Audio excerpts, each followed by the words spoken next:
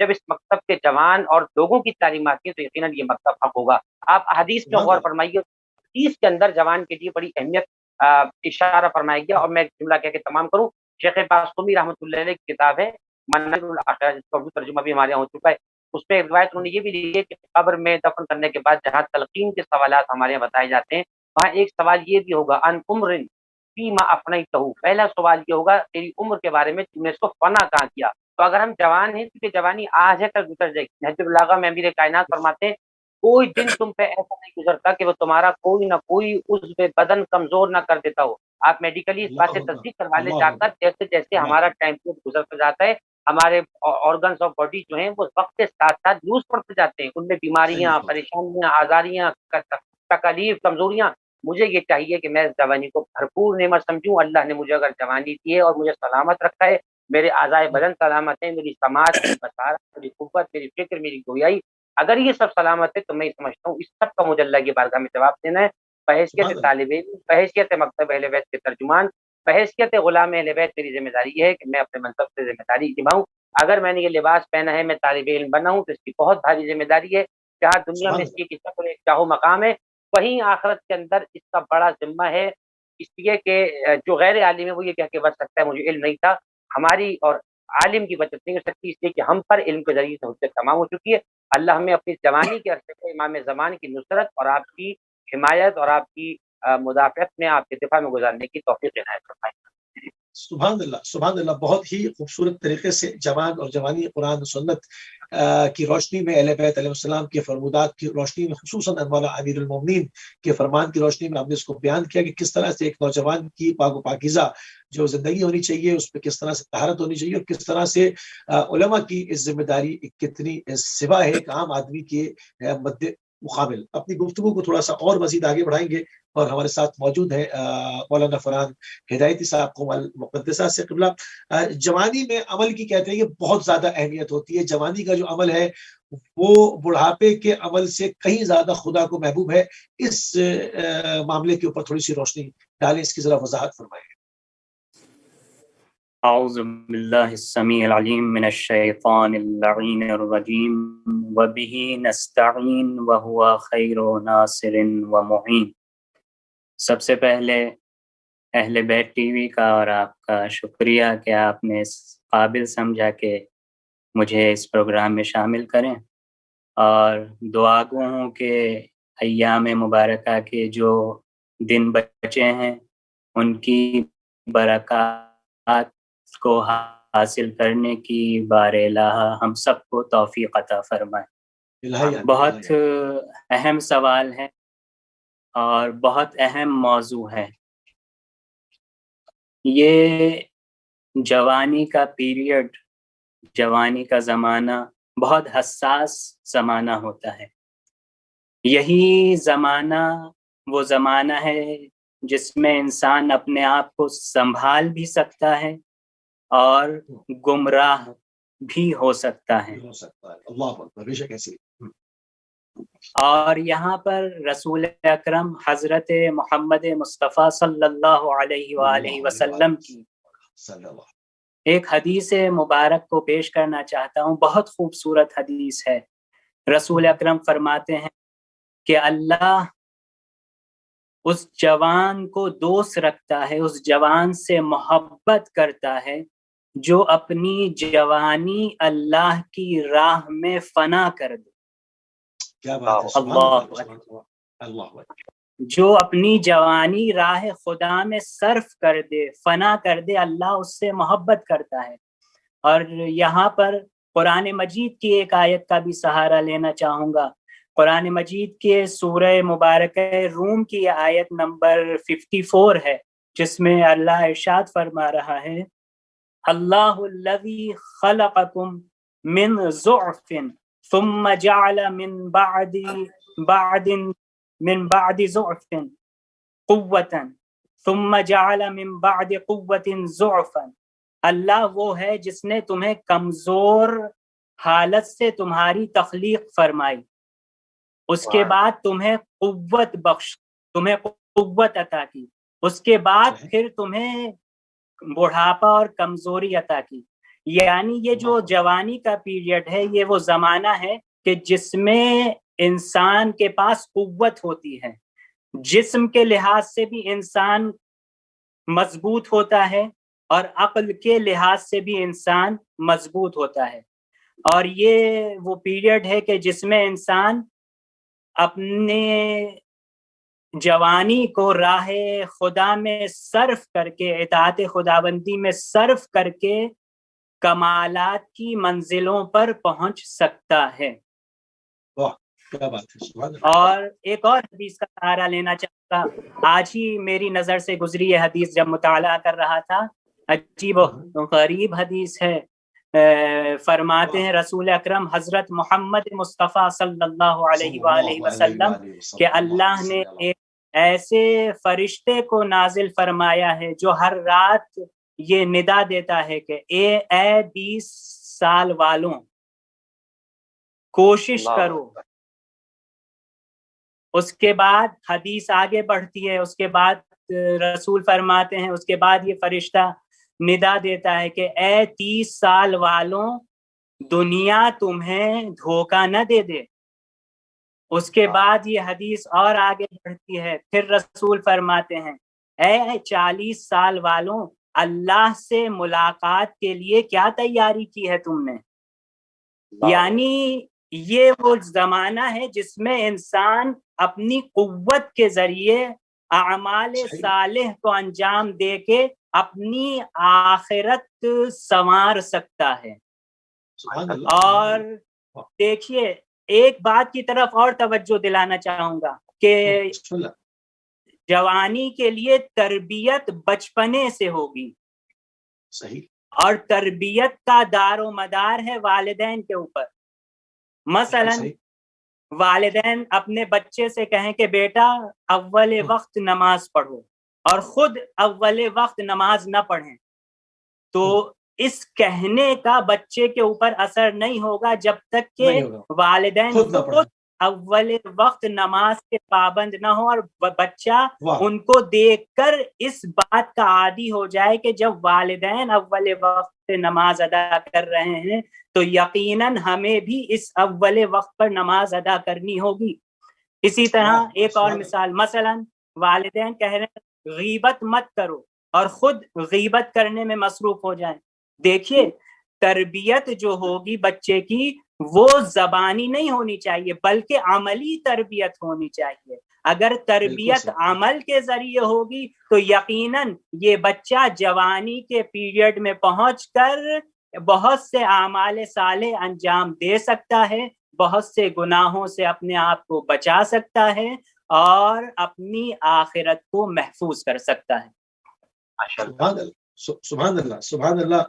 فرحان ہدایتی صاحب بہت ہی خوبصورت طریقے سے آپ نے جو اس کی تشریح فرمائی اور اس کے اوپر روشنی ڈالی کہ جوانی میں اعمال کی جو اہمیت ہے وہ کیا ہے اور کس طرح سے نوجوانی کی ایک تربیت ہوتی ہے۔ تربیت یافتہ نوجوان ہم جسے کہتے ہیں وہ معاشرے میں جب اپنا کردار پیش کرتا ہے تو اس کے پیچھے جو عوامل ہوتے ہیں، جو اسباب ہوتے ہیں جس کی وجہ سے وہ ایک تربیت یافتہ بنا ہوتا ہے، وہ کس طرح سے شروع ہوتے ہیں، اس میں ماں باپ کا کلیدی کردار کس طرح سے ہونا چاہیے۔ بہت ہی خوبصورت طریقے سے آپ نے روشنی ڈالی۔ اور ناظرین جس طرح سے ہم سنتے ہیں کہ تشیع کا جو سفر ہے وہ نسل بعد نسل ہے، یعنی ایک نسل آتی ہے اپنا کام کرتی ہے، پھر اس کے پیچھے دوسری نسل آتی ہے وہ اپنا کام شروع کرتی ہے اور تیسری نسل کو پروان چلایا جاتا ہے۔ اس طرح سے یہ سلسلہ جو ہے وہ ہنوز جو ہے وہ صدیوں سے جاری و ساری ہے۔ ہم روز آپ کی خدمت میں جو ہے وہ مختلف علماء کے ساتھ گفتگو کرتے ہیں، اس میں مختلف قسم کے مختلف ملکوں سے، مختلف جگہوں سے، مختلف حوزات کے جو ہے وہ سینئر جونیئر سبھی طالب علم ہوتے ہیں، اس میں بڑے جو ہے وہ پائے کے علماء بھی ہوتے ہیں۔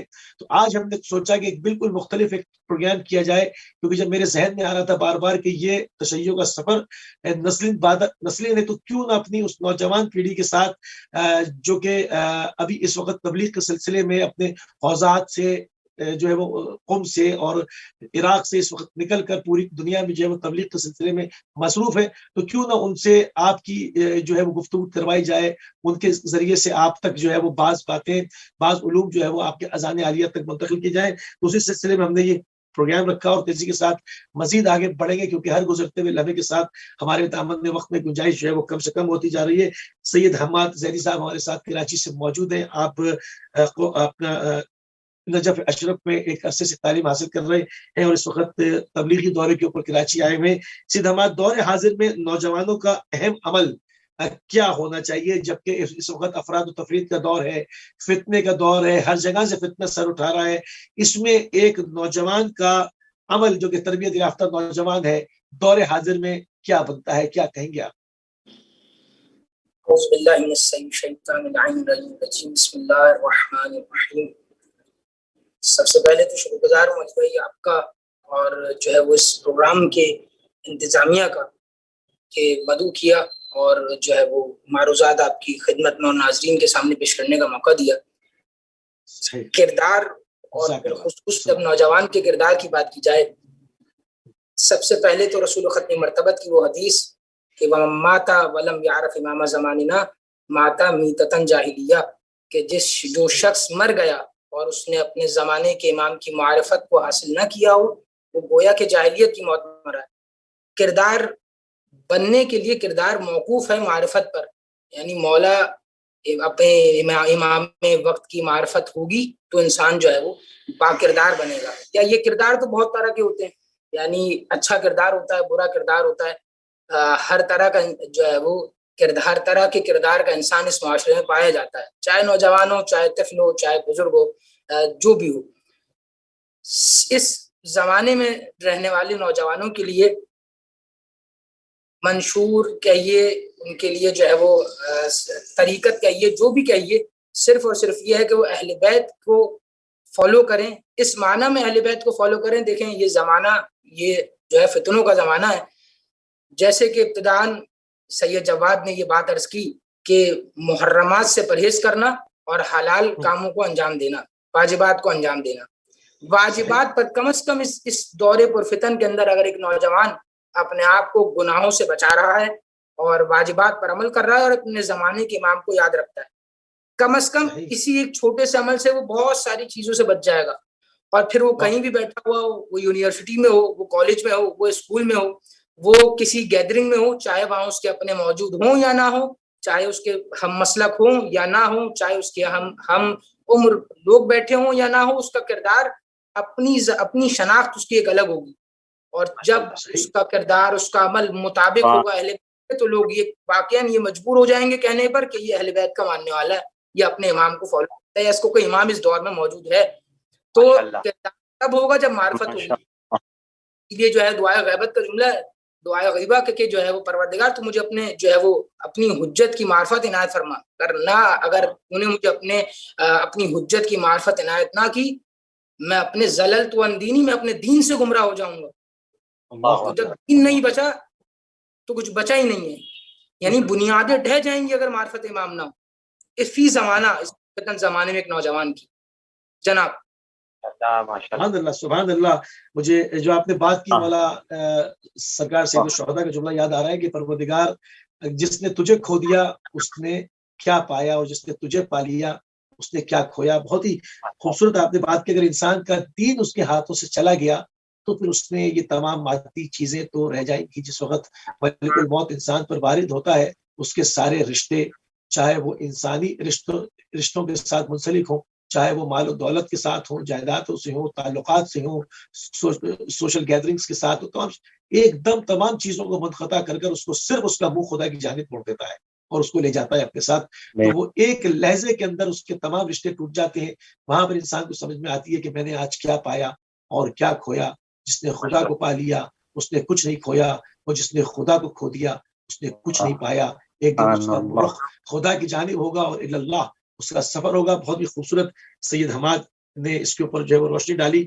آگے بڑھیں گے اور جواد صاحب، امام زمانہ علیہ السلام جو ہے وہ نوجوانوں سے چاہتے کیا ہیں؟ اگر اس کے اوپر بات کی جائے کہ یہ تو ٹھیک ہے گھریلو تعلیمات ہیں، تمام چیزیں ہیں، کیونکہ ہم اگر دور حاضر کو رکھیں اور ہم دیکھیں کہ اس وقت جب ہم جس دور میں زندگی کر رہے ہیں یہ عصر ظہور کا دور کہلاتا ہے۔ ہمارے عرفاء، ہمارے جو علماء ہیں اس دور کو دور فتن اور عصر ظہور کا دور کہتے ہیں۔ بعض چیزوں سے بہت ہی بدترین دور بھی ہے، بعض حوالوں سے بہت ہی کامیابی کا دور بھی ہے کہ اس زمانے میں تیزی کے ساتھ سرکار کے لیے زمینہ ہموار ہو رہا ہے، اور اس وقت جہاں شیطانی قوتیں اپنا کام کر رہی ہیں وہاں الہی قوتیں بھی جو ہے اس وقت زمین کے اوپر اپنی پوری آب و تاب سے موجود ہیں، کیونکہ یہ وہ دور ہے جس میں خدا نے جو وعدہ کیا تھا کہ وہ مستضعفین کو قوت فراہم کرے گا، ہم اپنی آنکھوں سے اس وقت دیکھ رہے ہیں، اور زمین پر صرف شیطانوں کے لشکر نہیں ہے، اس وقت الہی کے لشکر بھی اپنا پورا جو ہے وہ اظہار وجود کر رہے ہیں۔ تو نوجوانوں سے امام زمانہ کیا چاہتے ہیں اس وقت کو سامنے رکھ کر اگر دیکھا جائے، اس پر روشنی ڈالیں۔ بسم اللہ الرحمن الرحیم۔ میں پیشتر کے آپ کے سوال کے جواب کی طرف آؤں۔ ہمارے دونوں برادران نے بہت خیر حاصل گفتگو کی اور بڑی پرمغز اور بامانہ گفتگو، اور میں سمجھتا ہوں ان حضرات کی گفتگو میں سے کہ ہمارے چند جو میرے کچھ ٹوٹے پھوٹے الفاظ ان میں سے اگر ایک جملہ بھی ہمارے سامعین تک پہنچ گیا تو میں سمجھتا ہوں کہ ہمارا یہ پروگرام یہاں پہ کنڈکٹ کرنا، ہمارا یہ بولنا، یہ سب کچھ قبول ہو سکتا ہے۔ دیکھیے قرآن مجید فرقان حمید میں ایک آیت ارشاد فرمائیے، هو الذی اخرجکم من بطون امہاتکم لا تعلمون شیئا وجعل لکم السمع والبصر والفؤاد لعلکم تشکرون۔ اللہ نے سب کو شکم مادر سے جاہل پیدا کیا۔ دیکھیے خداوند متعال عادل ہے، ایسا نہیں ہے کہ میں اگر طالب علم ہوں تو اس نے مجھے پیدائشی طور پہ عالم پیدا کیا تھا، مجھ پہ پیدائشی طور پہ علم کی علامت کی، میں نے پیدا ہوتے ہی کوئی غیب کی خبریں دے دی تھیں، یا کوئی ایسی میں کوئی اچھوت حرکتیں کر رہا تھا کہ نارمل بچے نہیں کرتے، اس طرح نہیں کیا۔ ہر انسان کو اللہ نے سوائے معصومین علیہ السلام کے اور انبیاء علیہ السلام کے، ہر انسان کو اس نے جاہل پیدا کیا ہے، اور ہمارے جاہل آنے کی دلیل یہ ہے کہ ہمیں آتے کے ساتھ ہی عقائد حقہ پڑھائے جاتے ہیں، ایک کان میں اذان کی صورت میں، ایک کان میں اقامت کی صورت میں، اور پھر بچپن سے علی علی کا اور حیدر حیدر کا اور حسین حسین کا جو سفر شروع ہوتا ہے زاری کی صورت میں، اس سے پھر عزاداری کی تاغیل پڑتی چلی جاتی ہے۔ دیکھیے نماز روزہ تو ہم سکھائیں گے 7 یا 8 سال کی عمر میں جا کر، لیکن لفظ علی سکھانے کے لیے 7 سال نہیں، بلکہ جیسے ہی بچہ ہوش مادر میں آتا ہے اسی وقت سے عزا خانے کی تعلیمات دے دی جاتی ہے۔ یعنی ماں کی گود میں بچہ ہے تو اگر ماں ماتم کر رہی ہے تو بچے کی پیٹھ کو تھپک رہی ہے، یعنی یہ عزادار بن رہا ہے۔ اور میں نہیں سمجھتا کہ کوئی بہترین عزادار ہو وہ بہترین دیندار نہ بن سکے، کیونکہ دیندار کے دوسرے نام کو عزادار کہا جاتا ہے۔ تو یہ جو قرآن مجید نے ارشاد کیا نا کہ هو الذی اخرجکم من بطون امہاتکم لا تعلمون شیئا، تو اس میں ہم سب اللہ کی طرف سے شکم مادر سے جاہل پیدا ہوئے۔ دیکھیے جاہل پیدا ہونا بری بات نہیں تھا، جاہل اگر چھوڑ دیا جاتا تو برا۔ اللہ نے جاہل نہیں چھوڑا، وہ کہتا ہے جعل لکم السمع والبصر والفؤاد، ہم نے تمہیں بصارت دی، ہم نے تمہیں سماعت دی، ہم نے تمہیں سوچ اور فکر اور تفکر اور تعقل کا مرکز یعنی دل عطا کیا۔ لعلکم تشکرون، آنکھیں اس لیے نہیں دی کہ نامحرم کو دیکھو، کان اس لیے نہیں دیے کہ غیبت کو سنو، دل اس لیے دیا کہ اس میں غیر خدا کی محبت کو اپناؤ۔ لعلکم تشکرون، ہم نے یہ تینوں چیزیں سے لی تاکہ ان تینوں چیزوں کے ذریعے سے مناظر الہی کو دیکھتے چلے جاؤ اور منزل شکر پہ آتے چلے جاؤ۔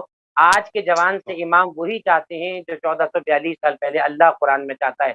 اللہ یہ چاہتا ہے جتنی نعمتیں دی ان کو شکر کرتے جاؤ۔ اور رفا نے پوچھا کیا شکر کا معنی کیا ہے؟ ایک مرتبہ زبان سے کہہ دینا الحمدللہ، یہ ایک شکر کا ایک درجہ ہے، یہ اتم میں شکر نہیں ہے، تمام شکر یہ نہیں ہے۔ معصوم سے پوچھے گا کمال شکر کیا ہے؟ فرمایا جس چیز کے لیے نازل کیا ہے اسے اس کام میں ملبس رکھنے کو شکر نعمت کہا جاتا ہے۔ آنکھ اگر اللہ کی نعمت ہے اس کا شکر یہ ہے کہ نامحرم کی طرف نہ جائے، کان اگر اللہ کی نعمت ہے تو اس کا شکر یہ ہے کہ غیبت نہ سنی جائے، زبان اگر اللہ کی نعمت ہے تو اس کا شکر یہ ہے کہ اس سے سوائے ذکر محمد والے محمد کے کسی اور کا ذکر نہ کی جائے، کسی کی غیبت نہ کی جائے۔ اگر ہاتھ نعمت الہی ہے تو اس سے اس کے مخلوق کو ظلم نہ کیا جائے۔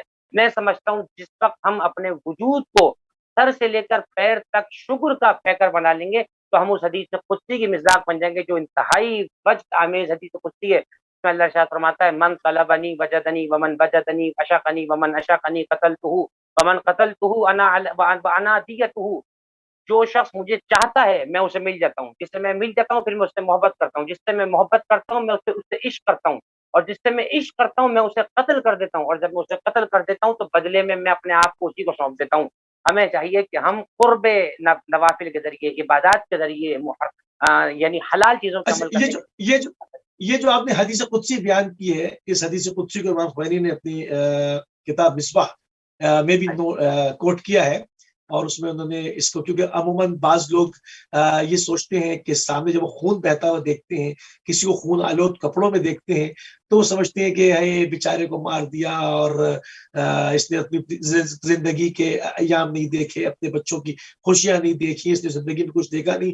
حالانکہ وہ تو صحیح ترین منازل کو پا گیا، اور جس نے اس کو مارا اس نے اسی کے ذریعے سے یہ سعادت حاصل کی، اور جس نے مارا اس نے بدبختی میں اپنا گھر کیا. اس کو تھوڑا سا اور کھول دیں کہ اس کا خون بہا خدا کیسے بن جاتا ہے، خدا کیسے کہتا ہے کہ اب میرے ذمے ہے. یہ بہت خوبصورت حدیث قدسی آپ نے بیان کر دی. مفتی صاحب، آپ نے گفتگو کا رخ ہی کہیں اور موڑ دیا، اور میں سمجھتا ہوں یہ خود بند مطال کی رضا کی گفتگو اس طرف چلی جائے. آپ نے بات کی تو میں عرض کر رہا ہوں، یقیناً امام خمینی نے اس کو لکھا، اور بہت سی حدیث ہیں جو مجھ سے پیشتر ہمارے علماء احباب ان کے علم میں بھی ہے، مصباح میں کوٹ کیا بالکل کوٹ کیا، اور یہ تمام حدیث قدسیہ میں شیخ العاملی نے بھی اس کو لکھا. اس حدیث کا اتم مصداق میں سمجھتا ہوں روئے زمین پر ما بین السماء والارض، اگر اس حدیث کا کوئی کامل اور اکمل مصداق ہے تو وہ 61 ہجری میں سوائے سید الشہداء علیہ السلام کی کوئی نہیں ہے، جو اپنے خون میں لت پت ہو کر اس حدیث قدسی کا عملی نمونہ بنے ہوئے تھے. حسین ابن علی طالب پروردگار تھے، کیونکہ حسین نے پروردگار کو طلب کیا، پروردگار نے اپنی رضا کی صورت میں اپنے آپ کو حسین کے حوالے کر دیا. اور اب امام حسین جو خون میں لت پت آپ کو نظر آ رہے ہیں نا، اب آپ کو جملہ سمجھ آئے گا، السلام علیکہ یا ثار اللہ وابن ثارہ، سلام ہو اس پر جس کا انتقام اللہ کے ذمے ہے. مجھے بتائیے، قتل ہوئے امام حسین، قتل کیا کرنے والے ہیں یزیدی فوج، کہ امام حسین کا انتقام اللہ پہ کیسے آ گیا؟ اس کا جواب یہ ملے گا، چونکہ حسین محبت الہی میں قتل کیے گئے تھے، لہٰذا اللہ پر لازم ہے کہ وہ حسین علی کا انتقام لے. اور ہم نے خوب دیکھا قتل حسین کا انتقام، کہ وہ ایسا انتقام لے رہا ہے پروردگار، اور قیامت تک لیتا رہے گا، کہ سینہ ہمارا پٹتا ہے تکلیف کہیں اور ہوتی ہے، خون ہمارا بہتا ہے تکلیف کہیں اور ہو رہی ہوتی ہے. تو میں سمجھتا ہوں آج کے جوان کو سیرت علی اکبر کی پیروی کرنی چاہیے. جب ہم سید الشہداء کے سرہانے پینتی کھڑے ہوتے ہیں نا آپ کی زری کے پاس، خدا کی قسم کی عہد کریں حضرت علی اکبر کی پینتی کے پاس کھڑے ہو کر کے، اے علی اکبر علیہ السلام، میں آپ سے عہد کرتا ہوں جس طرح آپ نے اپنے بابا کے لیے جان قربان کی، حضرت عباس کی زری پہ کھڑے ہوں، وہاں آپ عہد کریں. آپ کیا جملے پڑھتے ہیں؟ اشہد انک نصحت وجاہدت فی سبیل اللہ واشہد انک لم تہن ولم تنکل. اے عباس، میں گواہی دیتا ہوں آپ نہ تھوکے نہ آپ نے ہمت آری. کاش ہماری زندگی میں شہداء کربلا، جوانان بنی ہاشم کی کچھ ترشو، کچھ چھینٹے اس کے پڑ جائیں. میں سمجھتا ہوں آج کا جوان امام زمان کا سپاہی بن سکتا ہے. ہمارے جوانوں میں اہلیت بہت ہے، ہمیں مایوسی نہیں پھیلانی چاہیے، بہت اہلیت ہے، بس اس کو موٹیویٹ کرنے کی ضرورت ہے، تھوڑا سا اس کو ہمیں چمکانے کی ضرورت ہے. اس لیے کہ جب سونا جلتا ہے تبھی کندن بنتا ہے. ہمیں چاہیے اس زمانے کی آگ سے اپنے کو کندن بنائیں تاکہ ہم امام زمان کے سپاہی قرار پائیں. بہت خوبصورت، سبحان اللہ سبحان اللہ. آپ نے بہت خوبصورت جو ہے وہ تشریح بیان فرمائی اس عظیم الشان حدیث قدسی کی، جس میں راز شہادت بنا ہے، جس کو امام خمینی نے اپنی کتاب مصباح الہدیٰ کے اندر کوٹ کیا، اور ایک ہمیشہ ہمیشہ کے لیے اپنے چاہنے والوں کو، شہادت کے امت والوں کو، ان بسیجیوں کو جو اپنی عمر کے اور اپنی زندگی کی سامنے جو رہنائیاں ہوتی ہیں ان کو خدا کے نام کے اوپر نچھاور کر دیتے ہیں، صرف امام زمانہ علیہ السلام کی ابدی اسلامی حکومت کے لیے کہ اس کا زمینہ ہموار کیا جائے، اور جہاں پر ان سے جان مانگی جائے وہاں پر وہ بخل نہ دکھائیں، بلکہ جان نثاری کے ساتھ اپنے گلوں کو چمکتی ہوئی تلواروں کے اوپر رکھ دیں. اور یہ ہم نے دیکھا، اور اس کے ثمرات آج پوری دنیا میں ہم دیکھ رہے ہیں. اس وقت تشیع کو مائنس کر کے پوری دنیا میں کوئی سیاست رنگ نہیں اس کا جم سکتا جب تک وہ تشیع کو بیچ میں رکھ کے اس کی کیلکولیشن نہ کر لے. یہ انہی گمنام شہداء کی قربانیوں کا ثمرہ ہے، اس کا نتیجہ ہے، جنہوں نے اپنی جوانیوں کو امام حسین علیہ السلام کی راہ پر چلتے ہوئے امام زمانہ کی عالمی حکومت کی قیام کی خاطر قربان کر دیا. بہت ہی خوبصورت طریقے سے آپ نے حدیث قدسی کو بیان کیا. قبلہ فرحان ہدایتی صاحب، تھوڑا سا بات کو اور آگے بڑھا دیا جائے کہ نوجوانوں کا جب ذکر کیا جاتا ہے تو اس میں عموماً کیا صرف مرد نوجوانوں کا ہی کی ذمہ داریاں ہیں، انہی کے کردار کے اوپر بات ہو رہی ہے، یا اس میں جو ہماری زینبیات ہیں، ہماری مائیں ہیں، ہماری بہنیں ہیں، ہماری جو خواتین ہیں، ان کے کردار کی طرف بھی بات ہو کہ ان کا بھی اس کے اندر کیا کردار ہے، ان کی بھی کیا ذمہ داریاں ہیں معاشرے کی اصلاح کے لیے؟ کیونکہ اصلاح کا سفر تو سب سے پہلے گود سے شروع ہوتا ہے، مگر جب ہم گود سے نکل کر معاشرے کی بات کرتے ہیں، گھروں کی بات کرتے ہیں، اگر ہماری زینبیات تربیت یافتہ ہوں گی تو گھروں کے اندر یہ ساس بہو کے جھگڑے ختم ہو جائیں گے، گھروں کے اندر یہ سیاستیں ختم ہو جائیں گی، گھروں کے اندر سے پردے کا رواج جنم پائے گا، وہ نمود پائے گا، وہ وہاں سے ہماری روٹس مضبوط ہوں گی. ذرا اس کے اوپر روشنی ڈالے کہ جہاں مردوں کا کردار ہے وہاں پر خواتین کا، زینبیات کا کتنا کردار ہے. قبلہ بسم اللہ. بہت اچھا سوال ہے. یقیناً خواتین کا بھی اہم رول ہے اس چیز میں، اور جہاں جوانوں کی بات ہوتی ہے تو وہاں مرد اور خواتین دونوں مراد ہیں. اور رہبر معظم آیت اللہ العظمی سید علی خامنئی حفظہ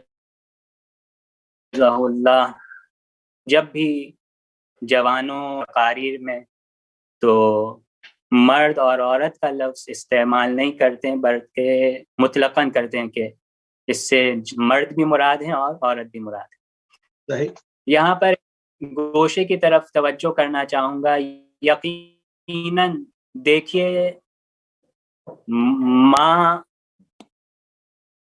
جو ہوتی ہے ایک خاتون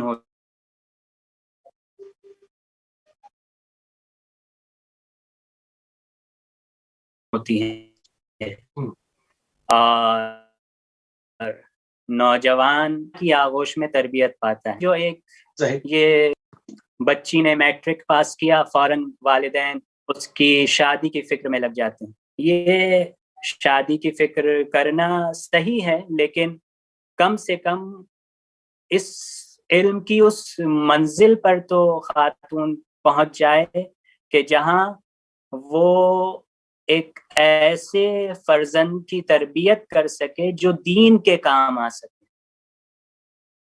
اور یہ اس وقت ممکن ہوگا جب خاتون خود با علم اور با کمال ہوگی. اگر خاتون با علم اور با کمال نہیں ہوگی تو وہ تربیت نہیں کر سکتی.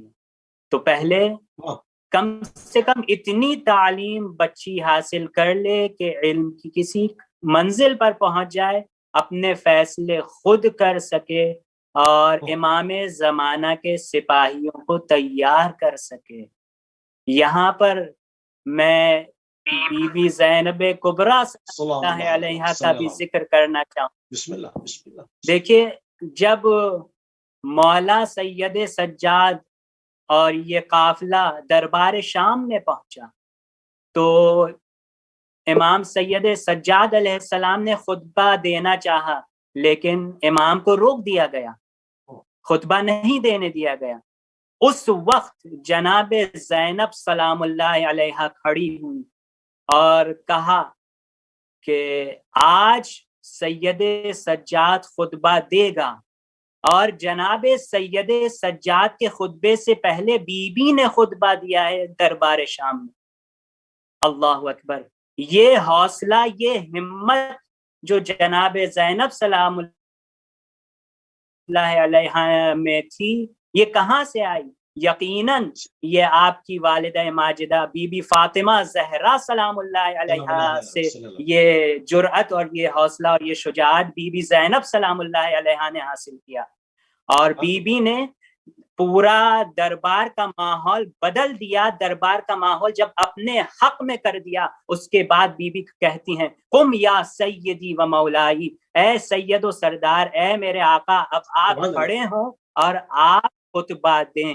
یعنی بی بی خاتون ہیں، بی بی قیدی بھی ہیں اور ایک خاتون بھی ہیں. اس موقع پر ہمارے اور آپ کی خواتین میں سے اگر کوئی خاتون ہوتی تو اس کے لب نہیں کھلتے، وہ یہ جرأت نہیں کر پاتی. لیکن آج جو یہ جرأت ہمیں مل رہی ہے، یہ بی بی فاطمہ زہرا سلام اللہ علیہا اور بی بی زینب کی شجاعت اور جرأت کے صلے میں ہے، جو ہماری خواتین آج میدان میں نظر آتی ہیں. اور بی بی نے یہ درس دے دیا کہ جب بھی بات حق کی ہو اور ولایت کی ہو تو پھر وہاں انسان خاتون کو نہیں دیکھتا، مرد کو نہیں دیکھتا، بچے کو نہیں دیکھتا، بوڑھے کو نہیں دیکھتا، بلکہ ہر شخص کی یہ ذمہ داری ہے کہ میدان عمل میں آ کر حق کا دفاع کرے اور ولایت کو بچائے بھی اپنی، اور اپنے آپ کو پہچانوائے بھی کہ ہم خاندان ولایت کے ماننے والے. سبحان اللہ سبحان اللہ، بہت خوبصورت آپ نے خواتین کے کردار پر، اور یقیناً ہماری خواتین کا کردار اور جو ان کا اسوہ ہے، جو رول ماڈل ہے، وہ یقیناً جناب زینب کبریٰ سلام اللہ علیہ ہیں۔ مجھے آپ کی اس بات سے مجھے ایک چیز اور یاد آ گئی، اپنے ناظرین کی اذان عالیہ تک منتقل کر دوں۔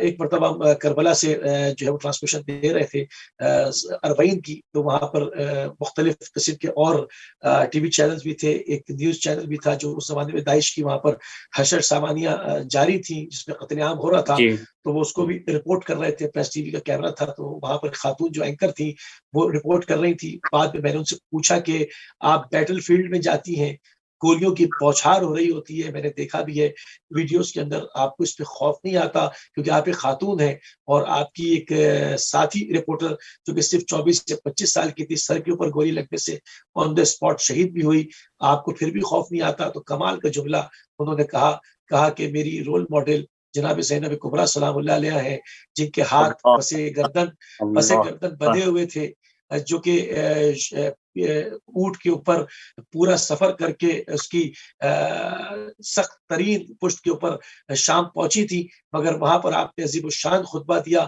جبکہ ایسے عالم میں کہ ایک عام انسان اگر ہو تو اس کا ذہن ہی کام نہ کرے، اس کی زبان ساتھ نہ دے، وہاں پر آپ نے جا کے شام میں تمام عمرا اور حاکمین اور سفرا کے سامنے لرز آف اندام کر دیا، اور حق کے علم کو ہمیشہ کے لیے اس پرچم کو، اس پھریرے کو کھول دیا جس کو وہ یزید سمیٹنا چاہتا تھا۔ تو میری جو رول ماڈل ہے، جو اسوہ جن کو میں نے زندگی میں قرار دیا، وہ جناب زینب کبریٰ سلام اللہ علیہ ہے۔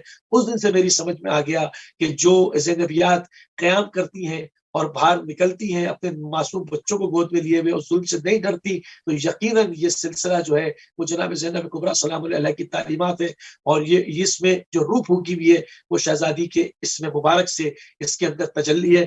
بہت خوبصورت طریقے سے فرحان ہدایتی صاحب آپ نے خوب مقدسہ سے ہماری جو زینبیات ہیں ان کے کردار پر، ان کی روش کے اوپر روشنی ڈالی، ان کی ذمہ داریوں سے، اور مزید جو تربیت پانا چاہتی ہیں ان کی طرف آپ نے ان کی توجہات کو مبذول کیا۔ ٹائم بالکل ہمارے پاس کم ہے، صرف 10 منٹ ہیں، 7-8 منٹ ہیں۔ سید حماد ایک سوال اور کر لیں آپ سے۔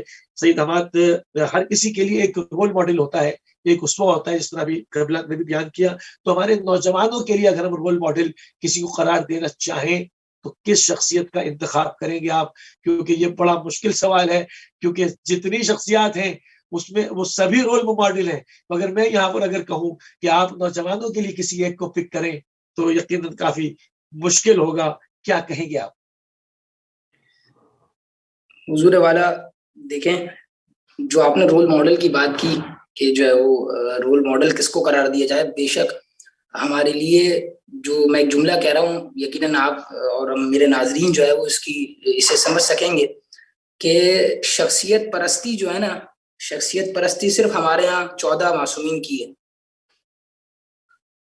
شخصیت پرستی صرف 14 معصومین علیہ السلام کی ہے، اور ان کے نقش قدم پر چلنا ہے۔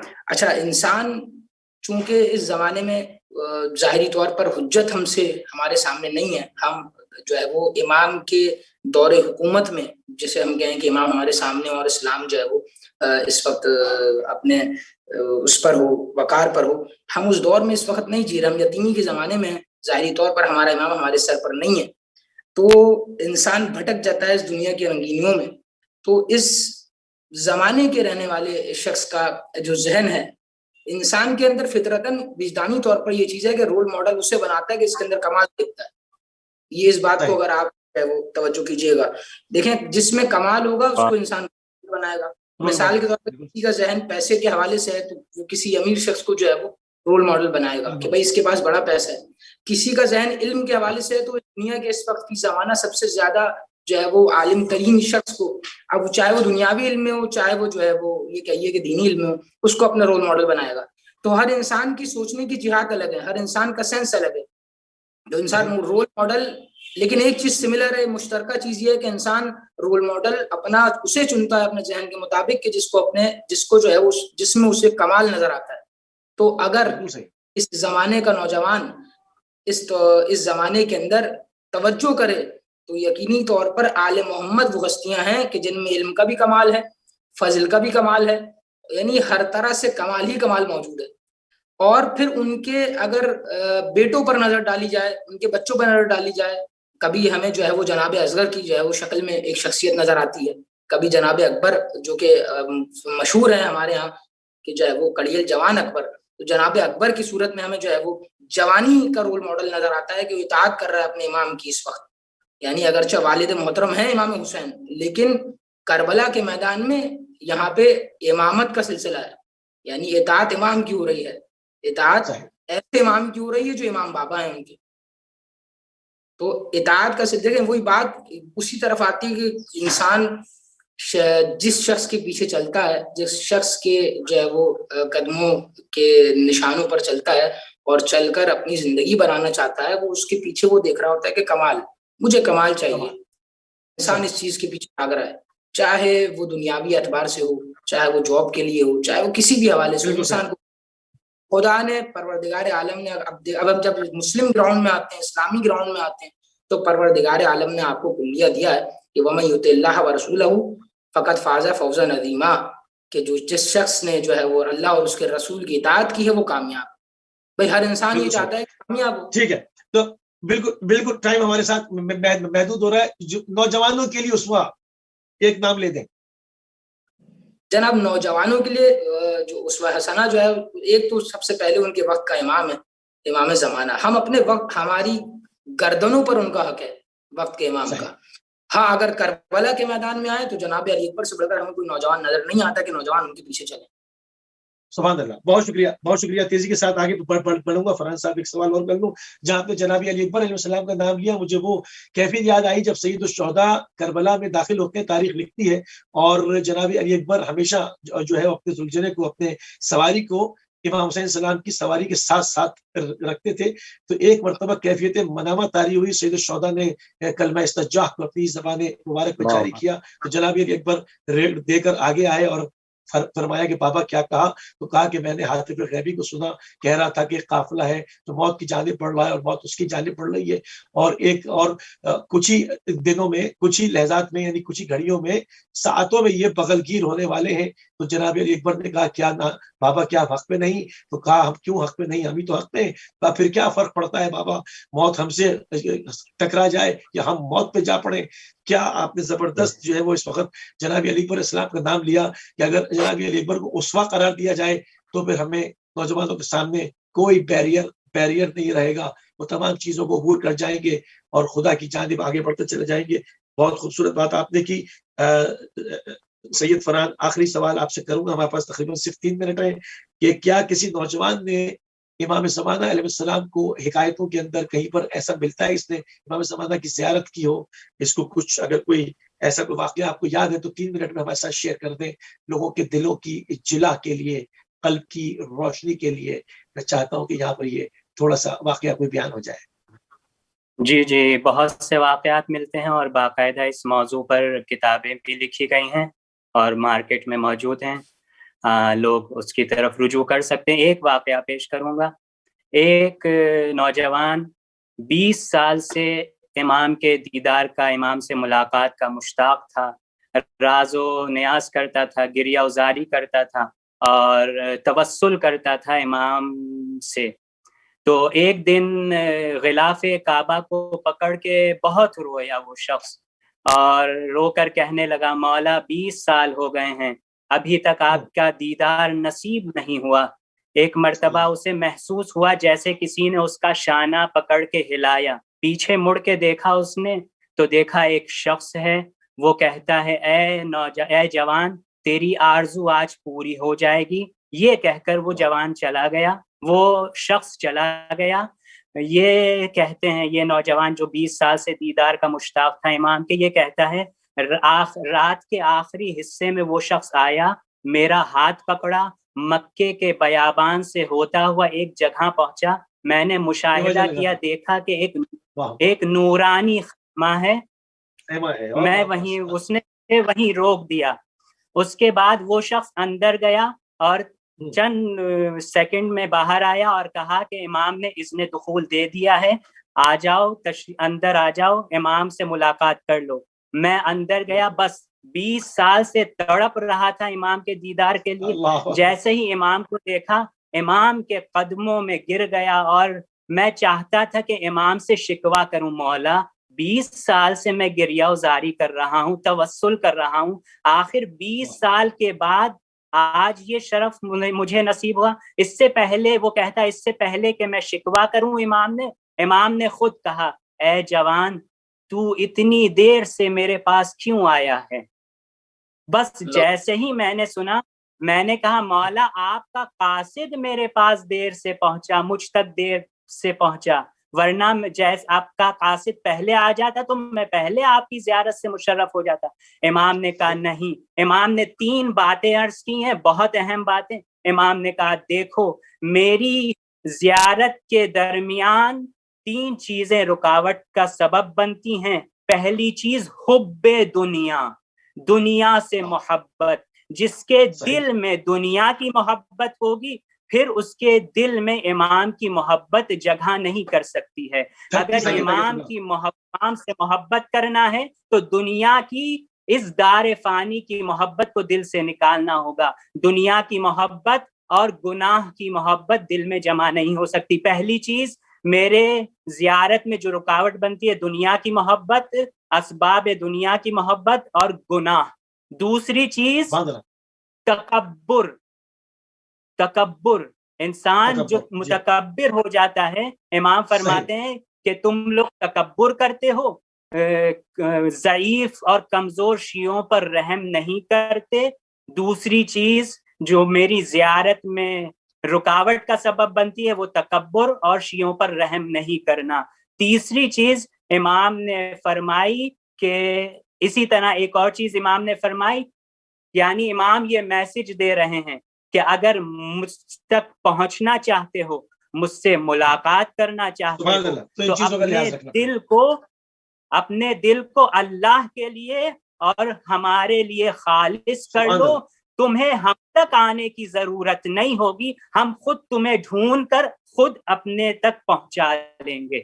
سبحان اللہ، سبحان اللہ۔ قبلہ بہت شکر گزار ہیں، انتہائی مشکور ہیں اور انتہائی ممنون ہیں، اور معذرت بھی چاہتے ہیں کہ تھوڑا سا ٹائم جو ہے وہ اوپر ہو گیا، ایکسیڈ ہو گیا، کہ بیک ٹو بیک پروگرام ہے، ابھی دوسرے پروگرامز بھی ہونے ہیں، سب نے ہی ذکر اہل بیت علیہ السلام کرنا ہے، اس الہی مشن میں اپنا حصہ ڈالنا ہے اور آگے بڑھانا ہے۔ ہم انتہائی مشکور ہیں اپنے تمام مہمانان گرامی کے، ہمارے پروگرام کا ٹائم تمام ہوا۔